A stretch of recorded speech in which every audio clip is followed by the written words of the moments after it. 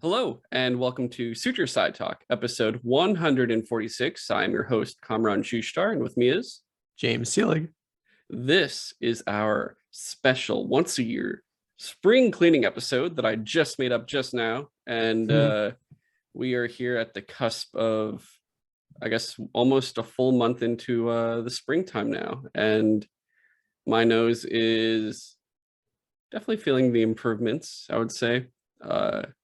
I thought you were gonna make an allergies joke. No, thank God, no. I did sneeze a couple times in which I was so worried. I was like, no, please, no, I don't want to sneeze. It's actually, dude, I've never been afraid of sneezing until post surgery, and then I bet. changed. It's crazy, but this is our final episode of April specifically, I guess you could say. Yeah. Oh yeah, huh? Yeah. Oh right. I was about to be like, wait, but it's not like Exactly.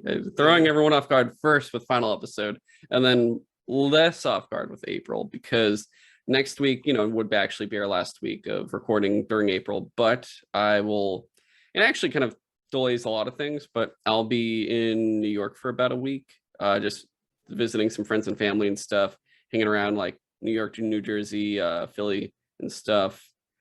It's gonna be a good time. I might even go see Book of Mormon, which I'm really excited to go see, potentially, Broadway. Woo! I didn't even know they were still going, although I guess it makes sense. Yeah, it's like that or Hamilton, and Hamilton was like 3 times the price. So I was like, I'm just gonna do Book Yeah. of Mormon. Plus, I feel like Hamilton will be there longer, if anything. Plus, if I want to watch the original cast, I could just watch that Disney Plus one. Yeah. That's a really good recording. Yeah, so I could always check that out too.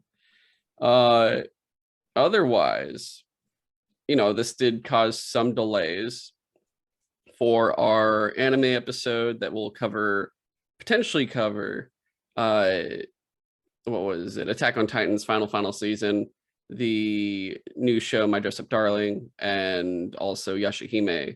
I did actually secure Andreas, though, already for Sunday, May 1st. So it'd be the week after we could potentially record that, giving us more time for the other delayed episode that I did promise, and I'm sorry about that, for Horizon 2 Forbidden West, which we can for sure record the second week of May. And that is perfect amount of time to play it, beat it, potentially platinum it before talking about it, and just have every facet of it done. I think that's, We'll see. I feel like I'm getting pretty close to the main story being done, but it's one of those things where I could get to the edge of the map and they could be like, now do like 5 more things to like revisit all the areas or something like that. You're well ahead of me. I still, like I said, every week I only played that first day. I haven't touched it since. So so you're good. I'm the one that needs to do a lot there. And that's pretty much probably what I'll be doing when I get back from New York, most likely. Otherwise, those two things, this also, of course, impacted my plans for Arcade of Steel episodes for the, pulse check, which I will say is probably the best time to do it now, because I don't know if you've seen the news, like with the Warner Discovery merger, they're like potentially thinking of rehauling the DCEU to figure it out again. like more.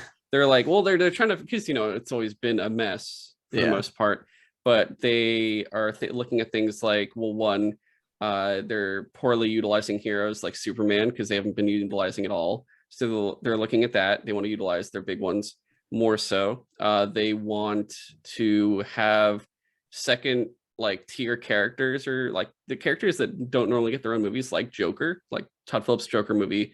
They want more of those for like the more, I guess, mundane second tier type characters like that, because they see big success in that kind of thing. Apparently, these are like things that have been coming out.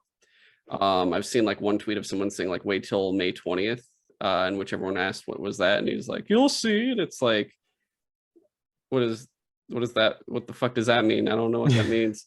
So because of all that stuff, though, I think it'll be a perfect time in May to May pretty much to record anywhere from 1 to 3 episodes, kind of checking all of the DC movies that have been announced since Man of Steel, and go through all those. And like I said before, I planned on, if it is multiple episodes, I'd probably have someone different on for each one.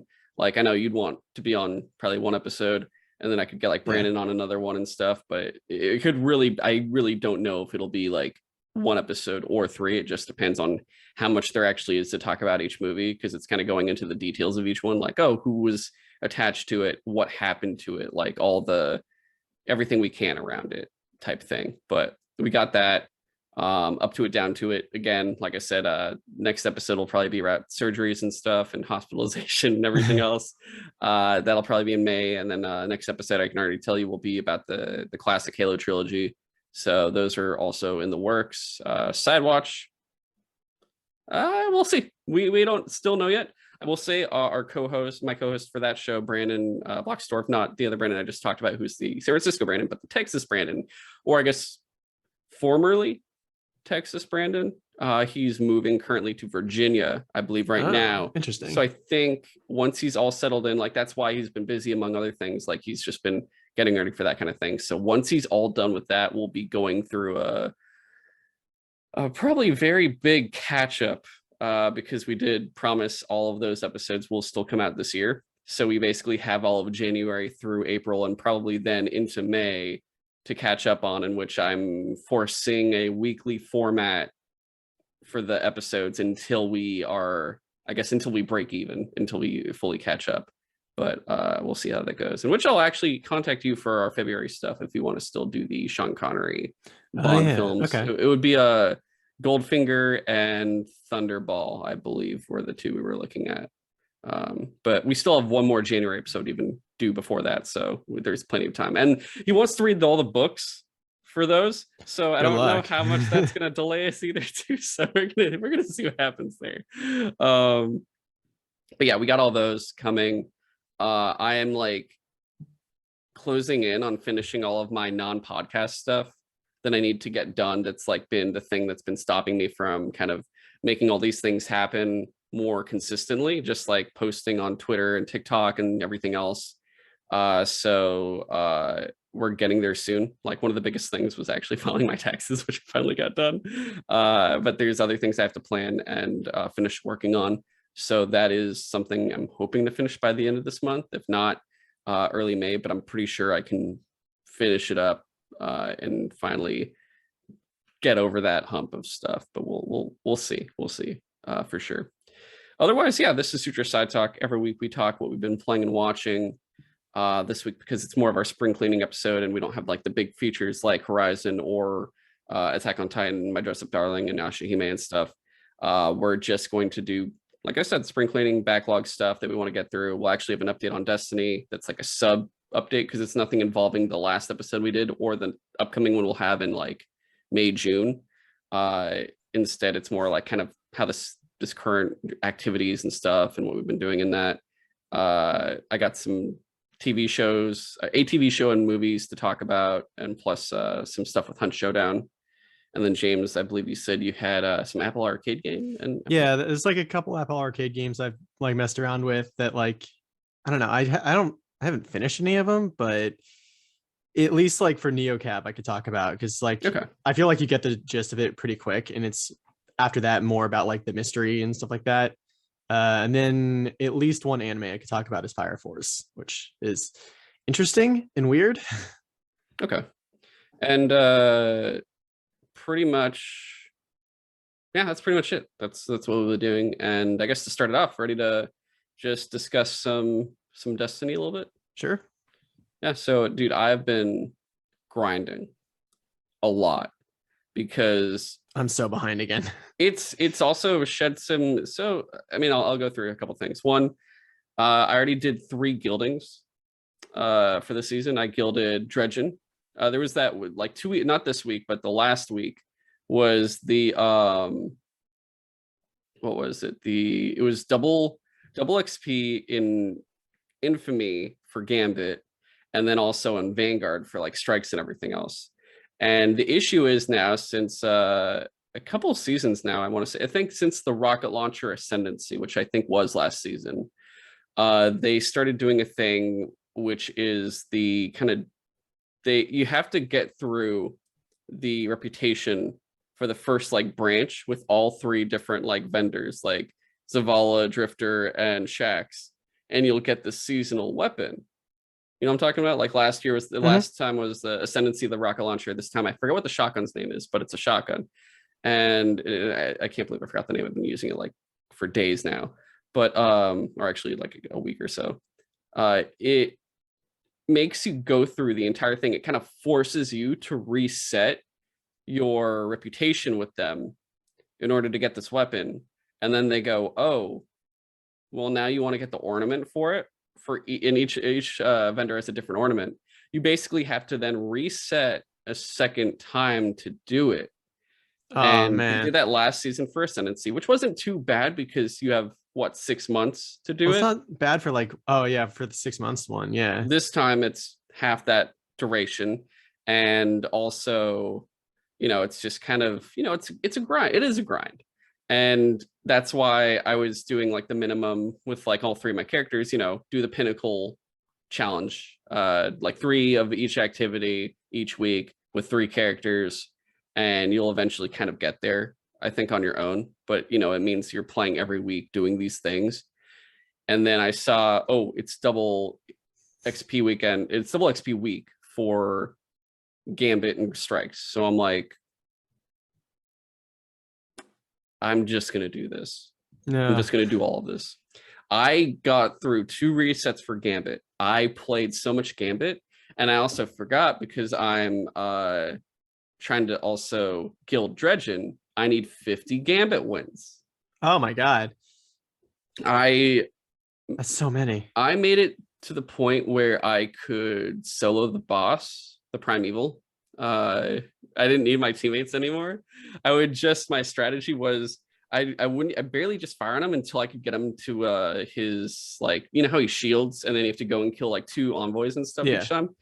Once I would make sure we get a 6 stack, and it didn't matter what his health was at that point if we were getting killed by another guardian that's invading.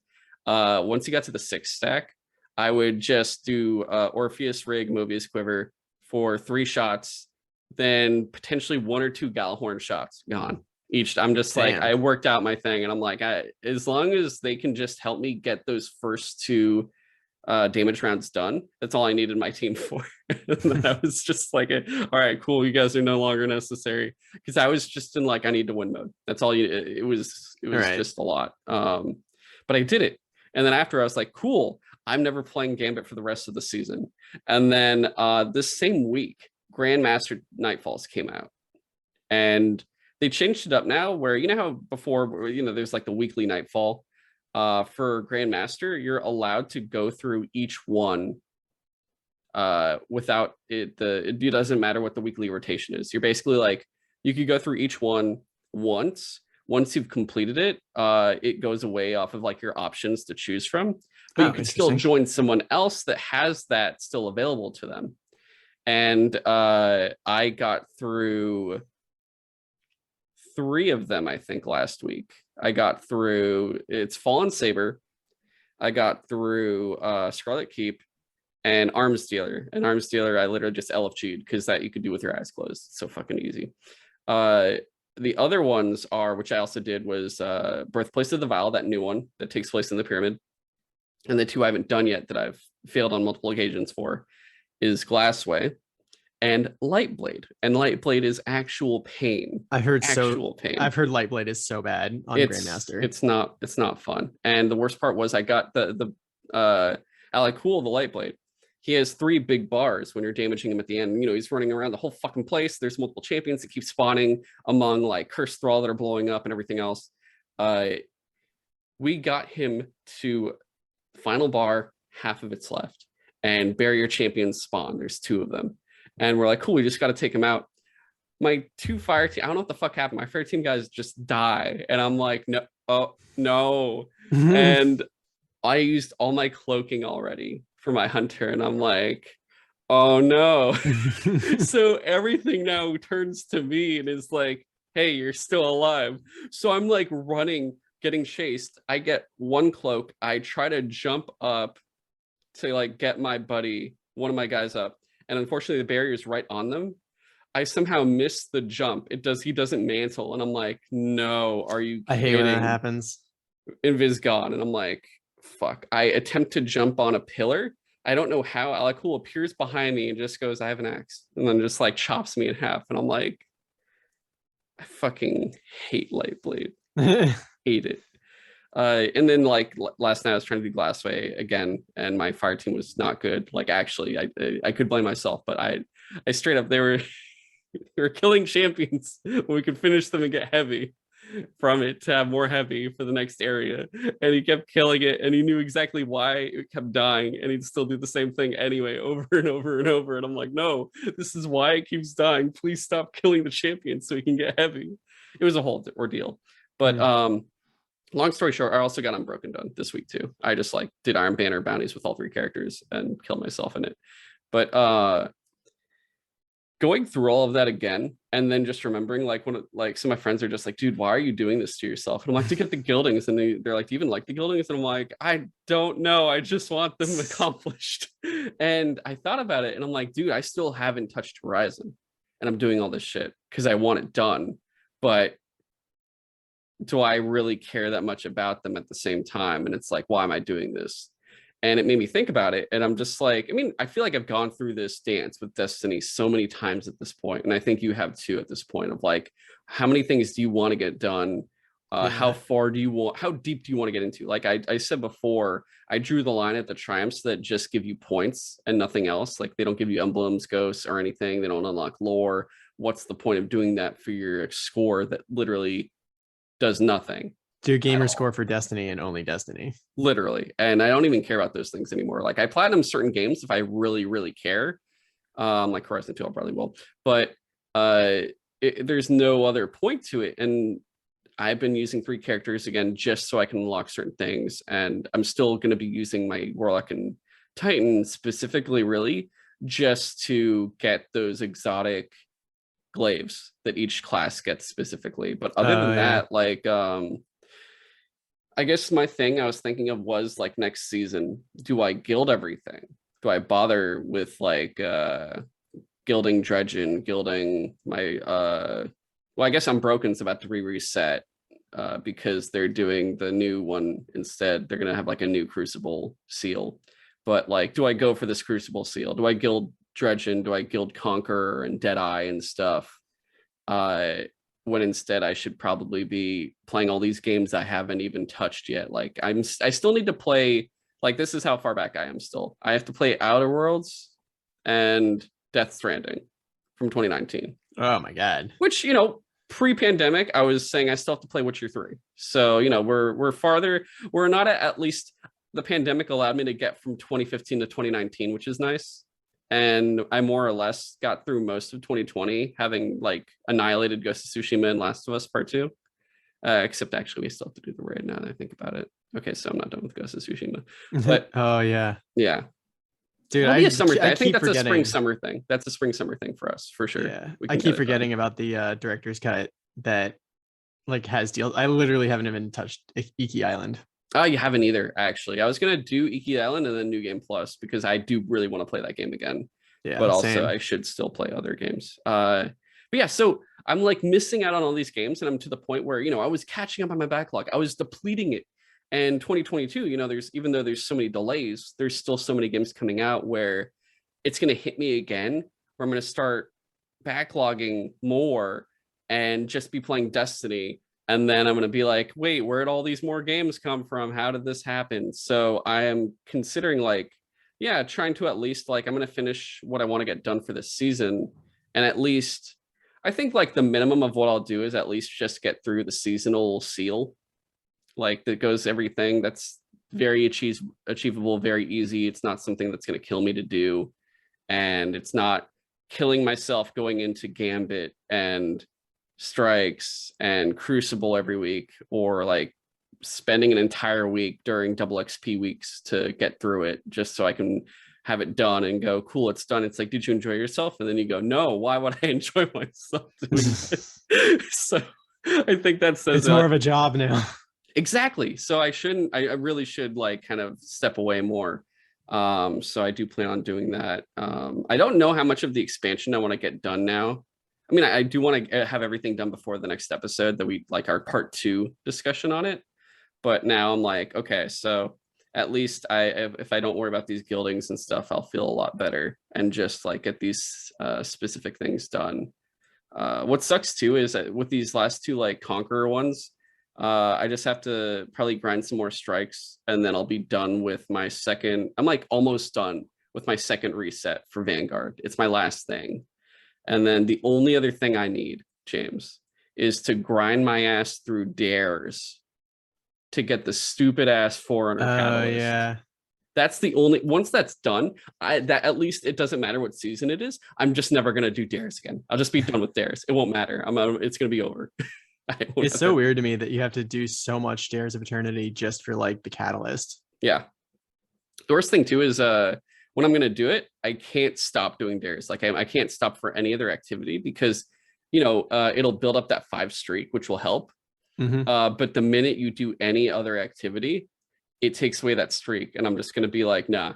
I'm just gonna get it done in 1 or 2 days, and then be free of Dares of Eternity, and I will never hear the neighs of Star Horse ever again. Which it's actually pretty funny hearing that voice. But what about you? How's your Destiny life been? So I haven't been really grinding at all. Like most of my free time is just congratulations. Yeah, so like I've actually been kind of enjoying myself in Destiny when I play it. Disgusting.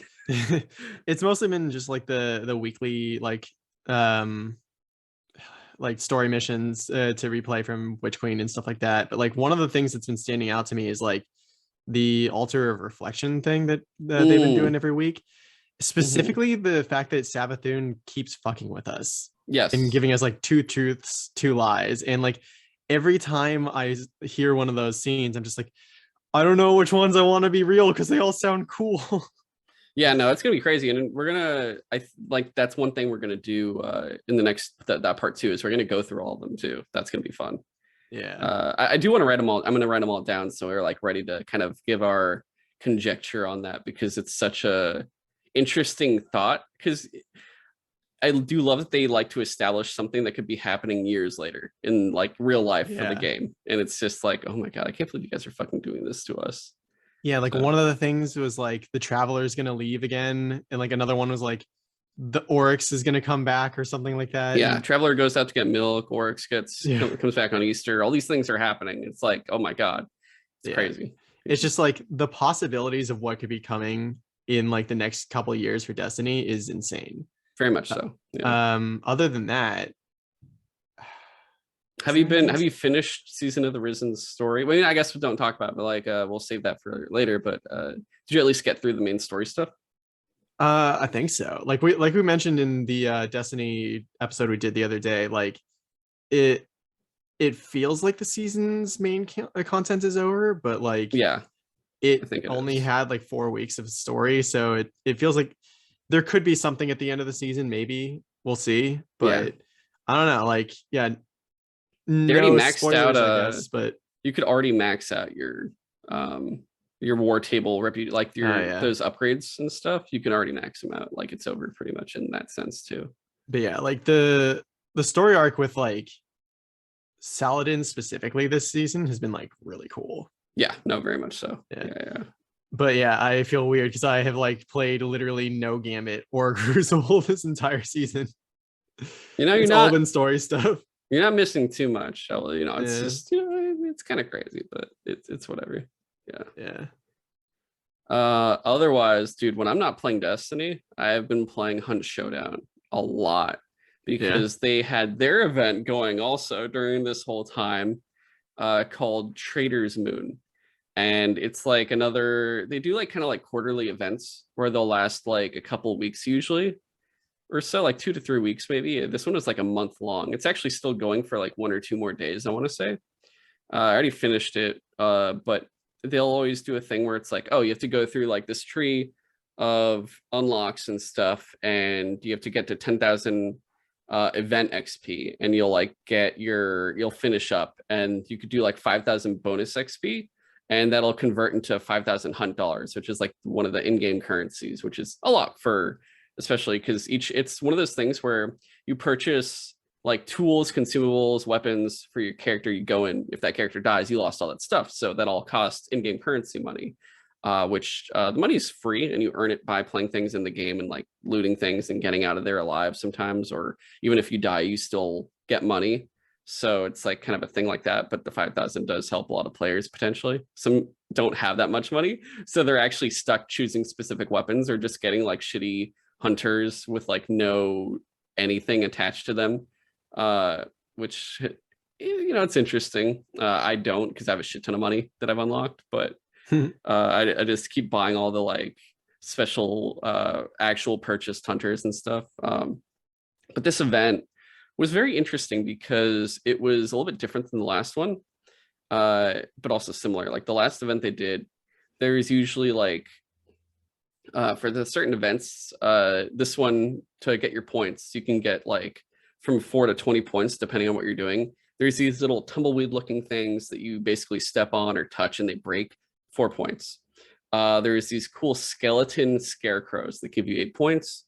There's clues you like basically investigate, and you usually get up to 3 in a territory, and that'll then tell you where the boss is that you get the bounty from when you kill them. You'll get 12 from the clue if it's a special event clue. Not all the clues are event clues, and it'll like look different.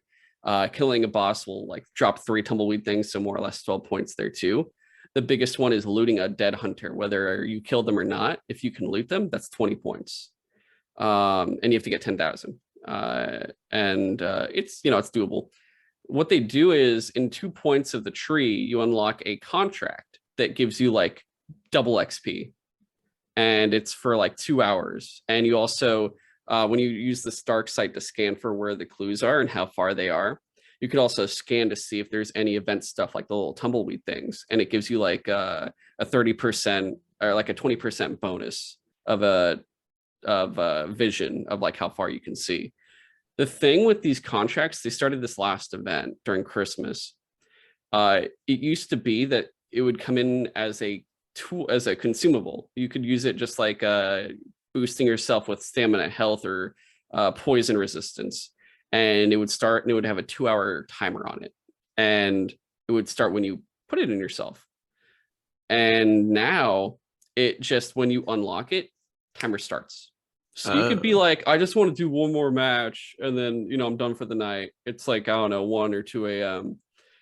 Fucking contract starts, and now you have a 2-hour thing to go through. And you're like, either I don't do it, I lose all this double XP I could be getting, and they just basically maybe waste it because you don't get to choose when to start it, or I stay up till 4 a.m. doing this shit.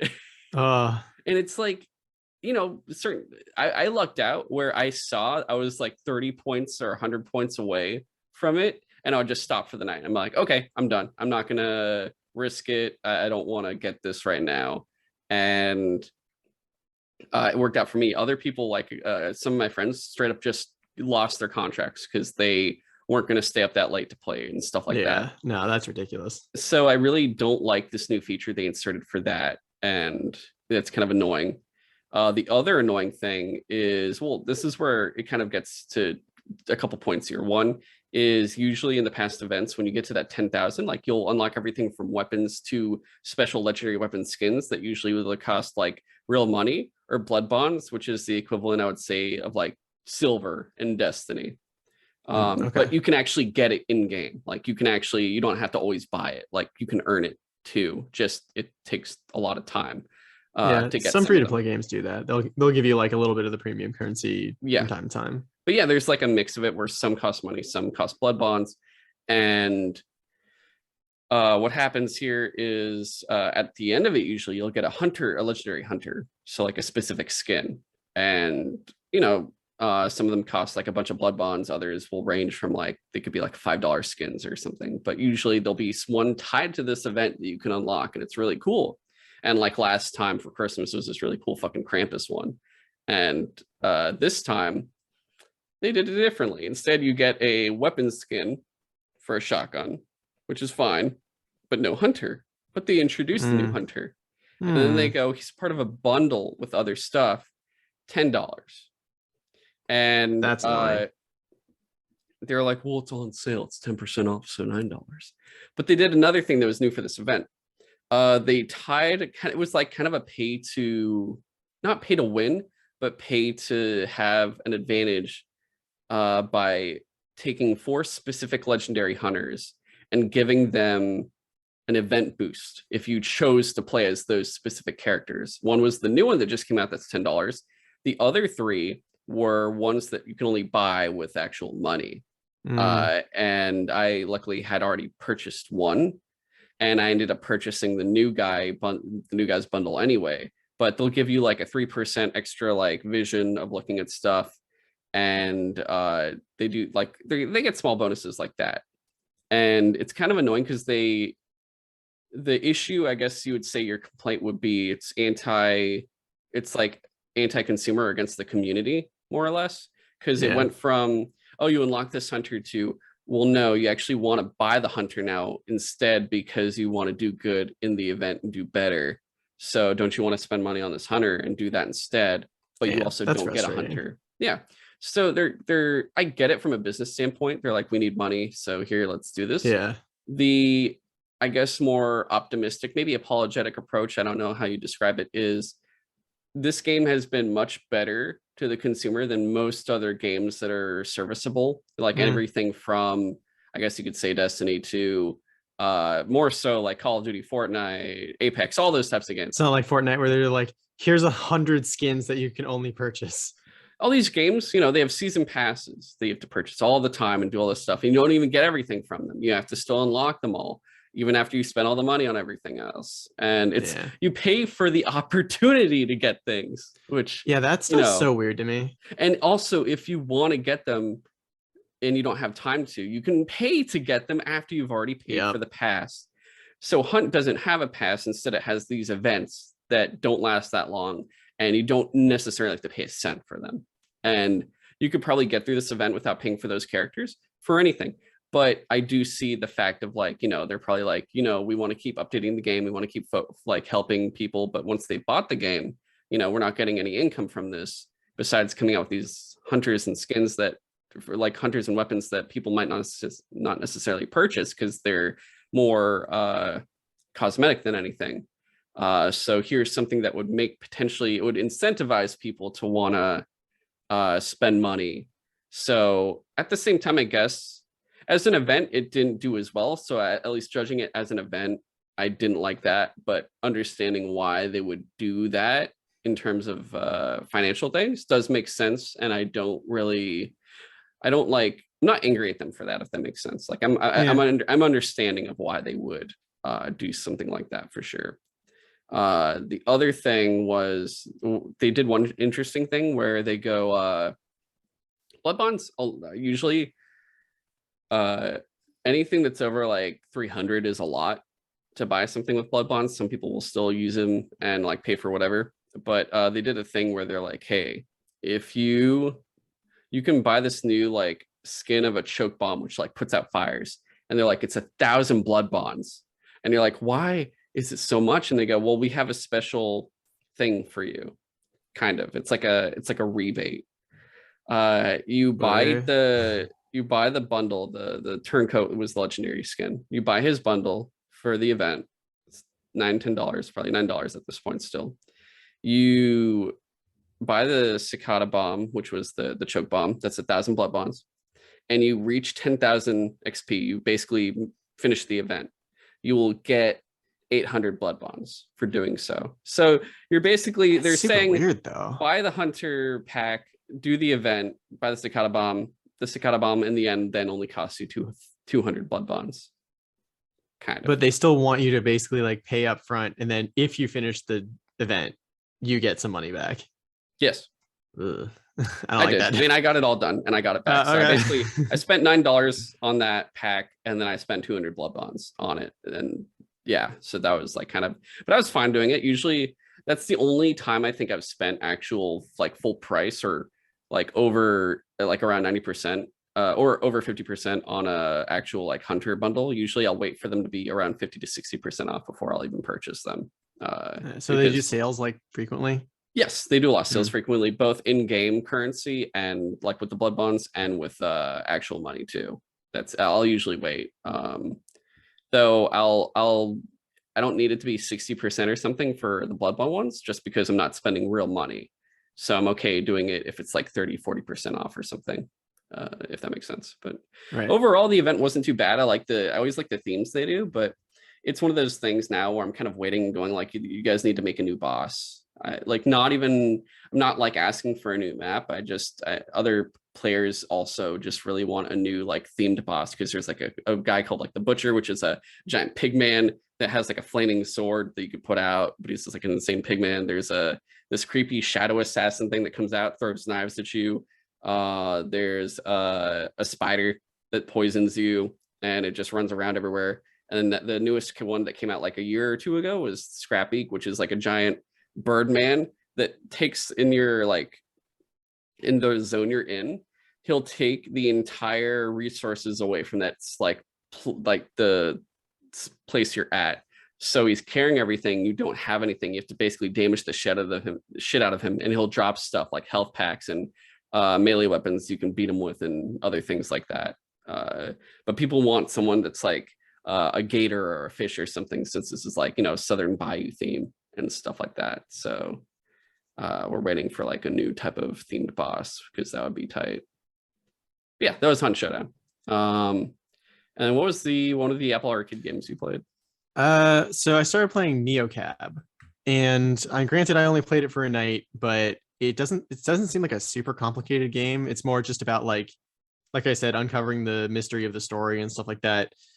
And I think I first heard about this game when it was on like a Nintendo like Nindies Direct thing or whatever. So it's interesting that it's also on Apple Arcade. But the main gist is like, you are one of the last human Uber drivers left, essentially. Like, it's set far enough in the future that like automated cars are becoming more and more common. So like, why would you ever hire like a human cab that might be like, more dangerous, because robots are more efficient and they're better at watching their environment and never like getting distracted and stuff like that. Like, to the point where there are actually some characters in this game that you pick up in your cab that are anti real car, because they're just like, they're dangerous. You should either ride your bike or get like an automated cab or something like that. But the main mystery is just like, you are moving to a new town to like stay with a friend that like you kind of had like a fight with 6 months ago, and you're trying to make up with them and start a new life in a new place. And the first night you're there, she's like, oh, I got like a few more things to take care of, and like I messed up at work. I pissed off a client. I got to go like make good with them real quick. I'll talk to you later. And then she just like disappears. And the mystery that you're trying to uncover is like, what happened to her? Who could have done something? Like, was it the guy she was saying at work that she like pissed off? Was it like the client? Was it like someone else that she was trying to meet that night? Like, she kept talking about like a new boyfriend or whatever. Was it him?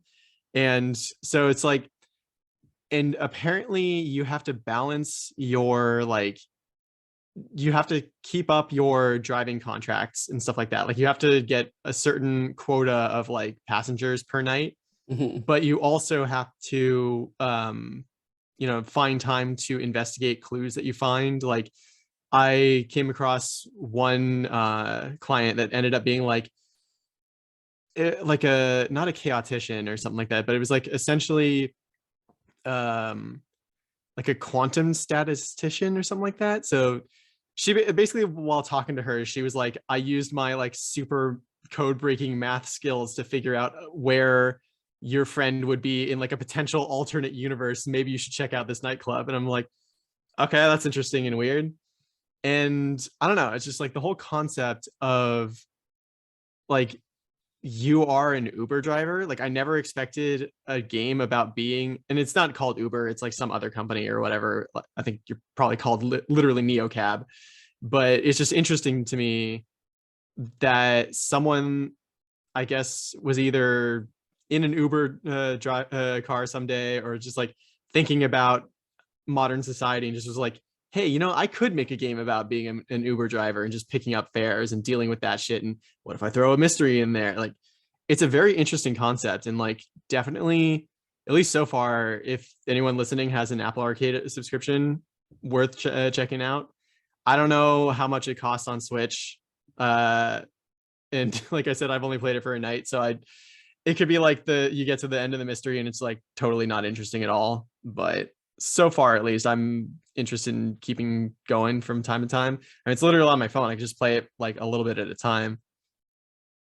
Okay, yeah. Interesting. And this is part of the Apple Arcade like set there. Yeah. So one thing I like about Apple Arcade is that all the games, like it's like a very curated service. So like the only things that go on there are generally games that like will never ask you for microtransactions or anything. So for like the $5 a month you put into Apple Arcade, it's like they'll never ask you for more or whatever.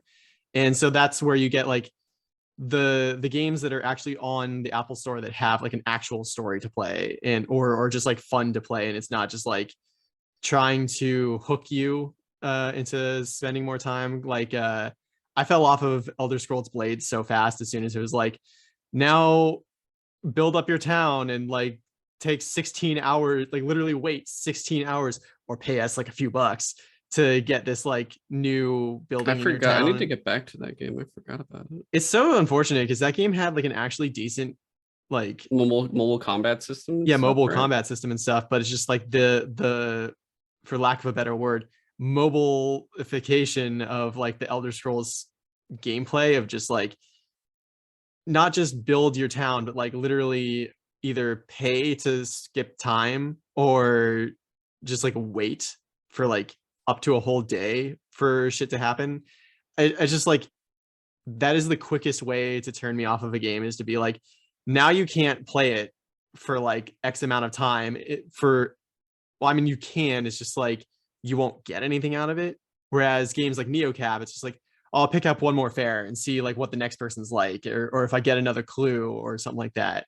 Like it also has this interesting thing of like balancing, like you literally have to earn money and to keep your car going, and you have to like stop at like charging stations to charge your car. And they have an interesting like emotion system where like depending on how you interact with your fares, your character might get either upset or angry or like happy and stuff like that. And I don't know if I like this or not, but depending on what mood your character is in, it might either force you to pick certain dialogue options or prevent you from picking other ones. And I kind of wish it would let you just like, even if your character's like super pissed off, like it'd be cool if you could still like force them to say something that you want to say. But like, so I don't often feel like I'm in complete control. I'm like, I guess, stupid pun here, more along for the ride. But I don't know. It's like I said, it's interesting. I'll probably give it another shot and keep going. I really don't know how long it is. If it's like a really long game, then I might just not, because like I keep saying, I'm barely struggling to get through Horizon and Destiny at this point. So no, for sure. Like I literally was just like super tired one night and I was like, I don't want to get like super into like Destiny or Horizon tonight. I'll just like fiddle with my phone. And I saw like NeoCab in like one of my home screens, was just like, oh yeah, that game. And I'll give it another shot. I had recently gotten Apple Arcade because 3 months for free came with my phone, and I didn't activate it until it was like, it's going away March 31st. So like late March, I activated it. I still haven't touched it. I honestly don't know if I will during this 3-month span, and then I'll probably cancel it before then. But if I do, I'll eventually try to do something, because I haven't touched mobile games in so long, especially with the fact that I'm like, if I'm going out and I could do something mobile, I still have a backlog on my Vita. Yeah, and exactly. I still need to play more than just Animal Crossing on my Switch out of all the games I've bought for that so far. So I should probably get to those eventually. That's why I'm like, yeah. So it's all. Yeah, that's the thing. Man. It's like, that's like Apple Arcade stuff is probably like the lowest on my list of things to play, but it is still surprising like how much actually decent stuff they have on there. Like, and that's good though. I'm glad they have, like, I remember when they first announced it, I was very, very skeptical. So I'm glad that you're enjoying it, and I'm happy then that potentially other people have it and they're potentially enjoying themselves and not having to deal with microtransactions. If they're just paying $5 a month, and they could just enjoy themselves playing games that aren't, they're games that are just games. They're games with no ulterior motive, trying to grab you with something, which is actually honestly, that makes this potentially just the best potential for mobile games. That's what I if you feel. really think about that, because yeah, all the games, including Pokemon Go, any game you play, it's mobile for the most part that I've ever partook in, always have an ulterior motive of like, hey, Nickel pay and us some diming you. money. Yeah, yeah. So that's really nice. Yeah, that's the thing I appreciate most about Apple Arcade is it feels like Apple's actually trying to be like, no one takes mobile gaming seriously. We're gonna show you why you should at least respect it, and that like there is good shit here. So maybe I go somewhere or do something where I am actually waiting, but I didn't bring that stuff because I just left my car and I'm just standing there with maybe headphones on or something, listening to something, or just on my phone checking news. I don't know. That could potentially be a time I might check it out. So that's cool. Yeah. I need to go back and finish Lego Builder's story because I got like really far into that, and I'm probably in, like, there's a Lego game in there. It's not like Lego Star Wars or anything where it's like an action platformer stuff. You could build Legos in your phone. It's a puzzle game, but it's like a really interestingly like there's no dialogue or anything, but they very clearly tell you a story of like a father and son trying to like spend time together, but like constantly being pulled apart by like life problems and like work and stuff like that. And it's interesting how much emotion they can get into that with like literally nothing but Lego pieces. Also, it's like really well rendered. It's a beautiful game. All right, I might check this out. Maybe even later. I mean, not that game. Like I might start looking through later today. Maybe I'm actually going to utilize this. So yeah, you might be selling me on this, man. Honestly, I think it was the no microtransactions that kind of was the tipping scale there. So yeah, I appreciate that. Okay. One show I've been wanting to knock out now, because I literally watched the last 4 seasons of it, was Brooklyn Nine-Nine. Oh, I love that show. Fantastic show. Really great cop comedy. It's the only close thing I watched to a cop show because I don't know why. Like, growing up and still to this day, I'm pretty sure my mom and sister, they just love cop dramas. I don't understand it. Like there's just such a following for all these different cop dramas from Law and Order and CSI and The Rookie or whatever, Grey's Anatomy and other things I don't fucking know. But they're all just like, I don't get it. I don't understand how that all works. But this show, I said it, I've talked about it before, I think for the first 4 seasons, but it's so funny. It's fantastic. Andy Samberg, I don't think there's an episode where he doesn't at least make me smile when he says like his ridiculous stuff, or if it's like, before the episode really starts, they have like a funny intro of something occurring. Cold open. It's so fucking good. Like they do such a good job, and you always love the characters. I'm not really going to go through all the entirety of these 4 seasons because at this point too, they're so jumbled up. But I will say, like, I enjoyed such things as like the buildup and eventual occurrence of Amy and Jake's wedding, where they finally got married. All the stuff they had to go through to finally get there. Their parents' meeting, which was fantastic. Like Jake's dad keeps chopping off his fucking finger. That happens twice. He keeps chopping his finger off. I just love that, like the confidence the first time of like, I know how to cut a turkey. I can do this, and you immediately just like, oh, I cut my thumb. Oh, I cut it so fast. The blood spurting. I was like, ah! It's so good. And then he does it at right before the baby shower, where they do like the gender reveal. Or no, it was the gender reveal party. He does it because his dad's I forget who plays his dad, but Jake's grandfather. He's like a Navy admiral. But yeah, he does it again. I forget how. I think he's supposed to cut the cake or something. And it's just the gender reveal, it's green, and they're like, what is this? Oh yeah. It was so good. It's like, oh, your baby's Irish, I guess. I don't know. Oh my god. It was like stuff like that. The continuous, like, kind of once per season Pontiac Bandit with Craig Robinson's character. Was it Shelley? Judy. Oh god, Doug Judy. Yeah, Doug Judy. And his sister Trudy Judy. Who's Trudy Judy's a piece of shit. I'll tell you right. She is actually a piece of shit. Dude, I love how like close friends like Jake and like Trudy become, or not Trudy, Doug become. Like, it's so funny. So fucking good. Like, he literally sets him up to arrest his friends at his bachelor party. when they were in Florida. And he's like, oh, I did that on purpose. My fiance didn't want them there, so I had you arrest them. It was so stupid, but it's so good the way they pull all that off. And then he like gets actually sent to prison, and then Jake actually sort of helps him break out, and he moves to Amsterdam. What was it? He saw the waffle cookies or something, and he was like, these are amazing, Jake. This country has all these things. So good. That the Halloween heists, like these things are so iconic now for this show. And then I forgot that I don't know, I think the show is completely finished, right? They like fully wrapped it up. It sounded like they wanted to bring it back. I thought like Hulu or someone picked them up, but it's hard to. So Amazon? I don't know. I forgot to look it up because yeah, if you look it up while I'm talking about it, but like the final season, I want to say they do kind of like a time jump because it's all COVID, and it like takes place after COVID because they stop wearing masks. So it's ironically enough like it's like a future show that doesn't actually take place where we were. It takes place probably 2 years after where we were, just because everyone, like I said, they're not wearing masks anymore. They just did like a cold open where they wear masks at the beginning of the final season.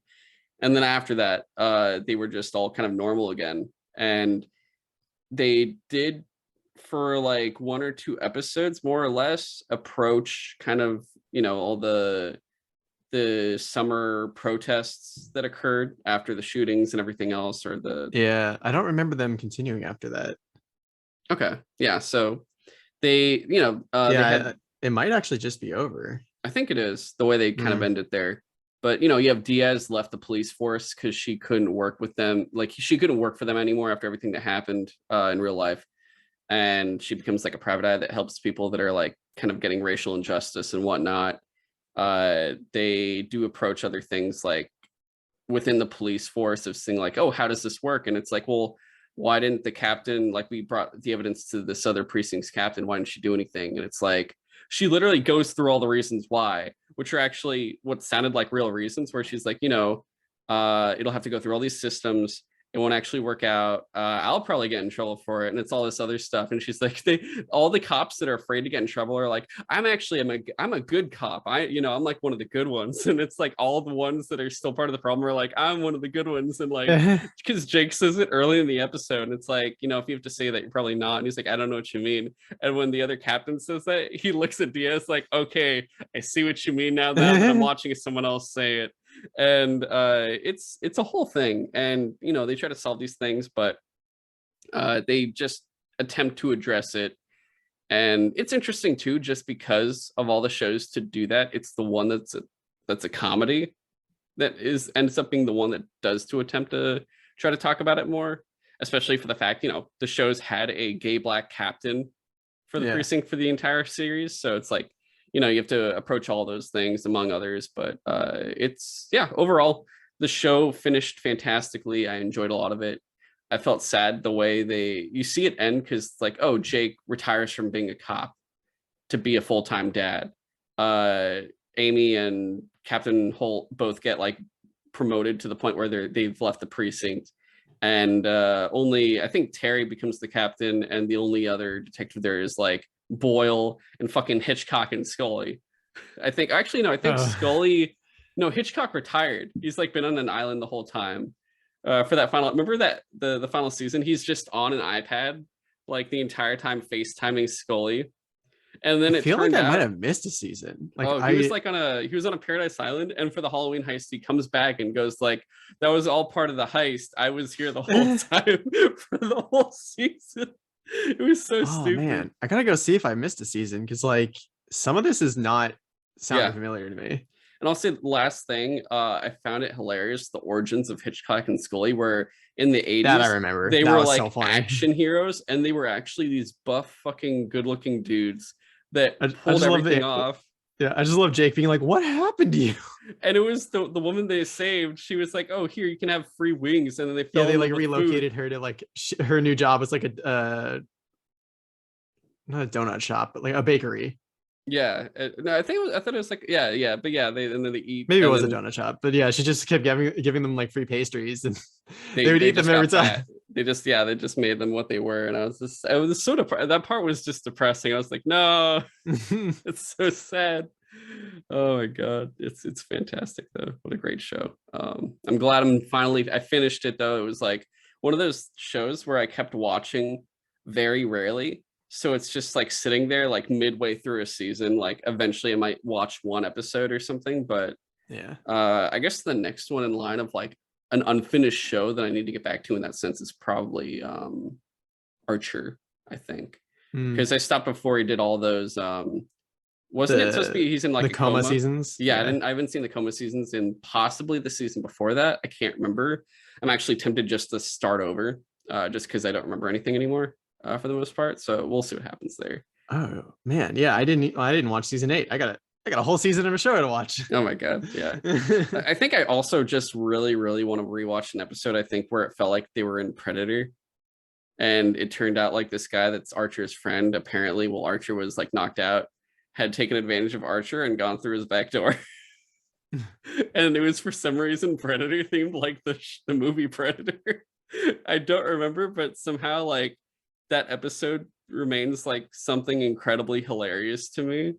And I really just need to see it again to know why. But yeah. Anyway. Yeah, so I watched that. Do you got anything else? Or I could probably knock out potentially one more thing?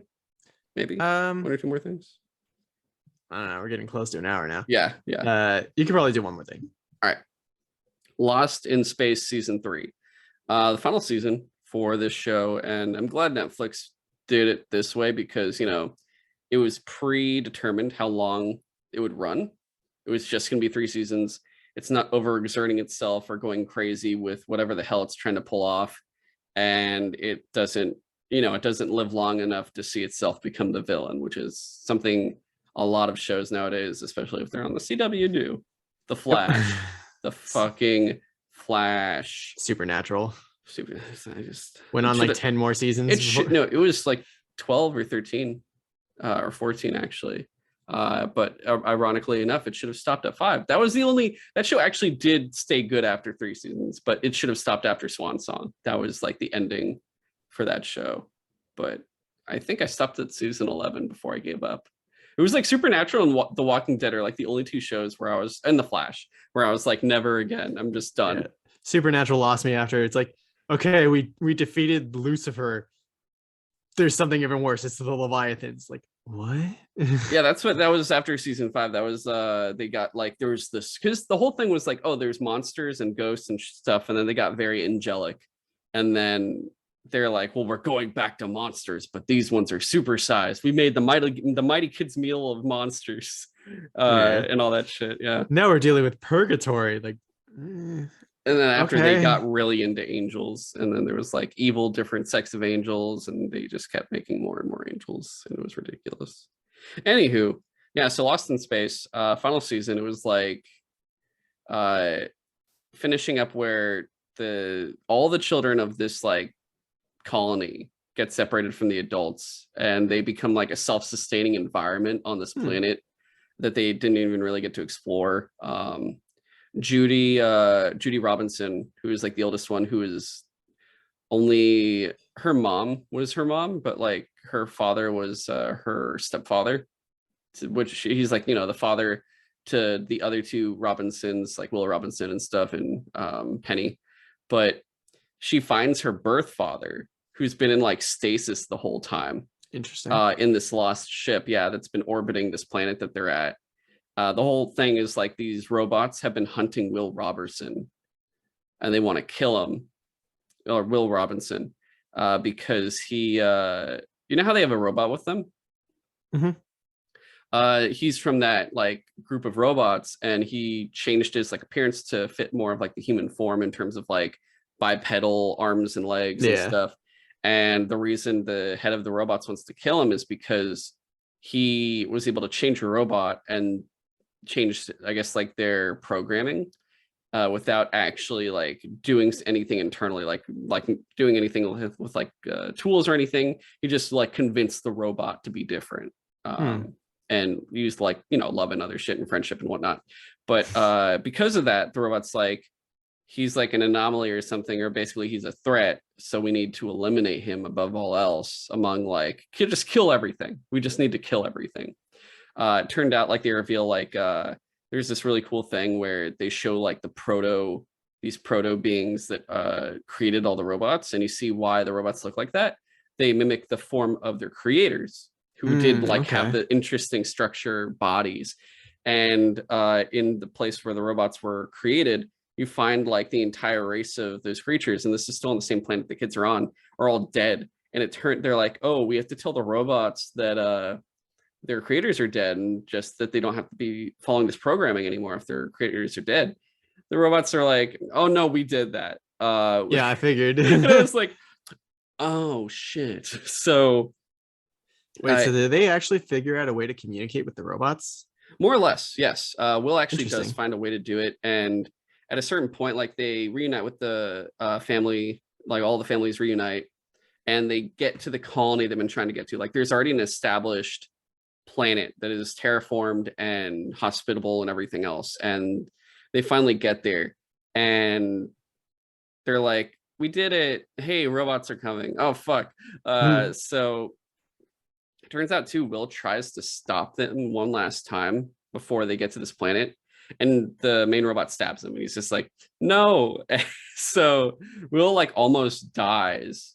Damn. Yeah. And instead, like, he gets there still, and they're like, yeah, we had to give you an artificial heart because, you know, he stabbed you in the heart to save you and stuff.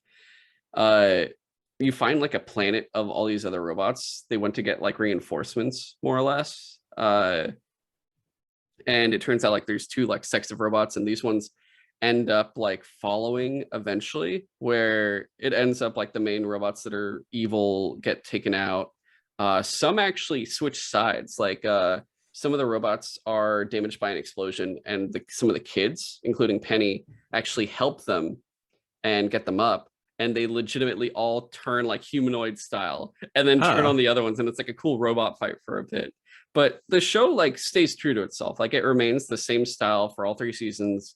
You get all the character development you more or less want, whether it's like the struggling marriage of the Robinson parents, the oldest daughter Judy finding her birth father and just kind of like figuring out like how much pressure she was under as the oldest kid, always like having to make sure everyone sees her as perfect, and her trying to figure herself out of like, am I, or like you know, people put too much pressure on me, et cetera, et cetera.